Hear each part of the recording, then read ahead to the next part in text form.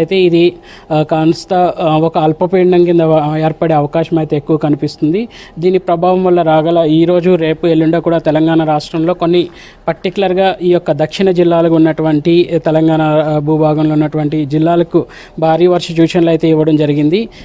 ఈ భారీ వర్ష సూచనలతో పాటు ఉరుములు మెరుపులు అనేవి కూడా సర్వసాధారణంగా ఈదురుగాలు గంటకు 30 నుంచి 40 కిలోమీటర్ల వేగంతో కూడా వీచే అవకాశాలు అయితే ఉన్నాయి. ఈ రోజు కనుక చూసుకున్నట్లయితే తెలంగాణలో ఎల్లో అలర్ట్ అయితే కొనసాగుతుంది. దాదాపు 12 జిల్లాలకు ఎల్లో అలర్ట్ వార్నింగ్స్ అయితే ఇవ్వడం జరిగింది. ఈ రోజుకి సంబంధించి ఆ జిల్లాలు ఏ జిల్లాలకు ఎల్లో అలర్ట్ జారీ చేశారు, దాంతోపాటు ఆ జిల్లాలో ఎట్లాంటి వర్షాలు కురిసే అవకాశం ఉంది, అండ్ ఈ మధ్య కాలంలో గత 3 రోజుల నుంచి కూడా ఎక్కువగా ఉరుములు మెరుపులు ఈదురుగాలతో కూడిన వర్షాలు కురుస్తా ఉన్నాయి.